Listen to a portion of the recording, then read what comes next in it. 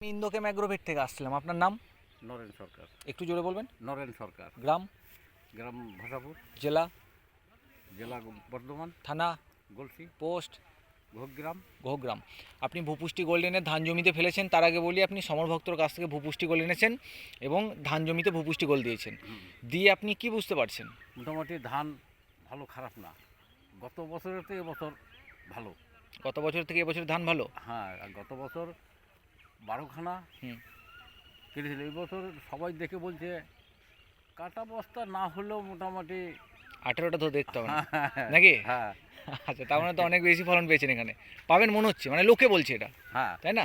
শুনুন, যা হবে মানুষের মুখে। হুম হুম কারণ মানুষ হচ্ছে ভগবান। হুম মানুষের সবার সব দেবতার ওইটাই সবার উপরে। ওইটাই হুম। ওইটাই মানুষ যেটা বলে সেইটাই ঠিক হয়। আচ্ছা, মানুষও বলছে যে আপনার ধানের ফলন বেশি বাড়বে, তাই না? হ্যাঁ, হ্যাঁ, হ্যাঁ। আচ্ছা, টোটাল মাল নিয়ে তো আপনি খুশি? হুম। এরপরেও নিশ্চয়ই অন্য সবজিতে ব্যবহার করবেন বা অন্য ধানে ব্যবহার করবেন। হ্যাঁ, আমি আবার সবজি চাষ অবশ্য করি না, তো ওই আমার চাষ হইলে শুধু ওই ধান ধান। ওইটুই করি, তাছাড়া আর আচ্ছা, কিছু করা হয় না। এর আগেও তো আপনি নানা রকম ভিটামিন, অনুখাদ্য, নানা রকম জিনিস ব্যবহার করতেন, হুম। দিয়েছেন। এরকম কাজ পেয়েছেন যে আমি যেমন বলে গেছি সেরকম মিলে যাচ্ছে তো? হ্যাঁ, মিলে যায়। মিলেছে তো? হ্যাঁ। মিথ্যা কথা নয় তো? না, না, না, এবছর ধান মোটামুটি খারাপ না।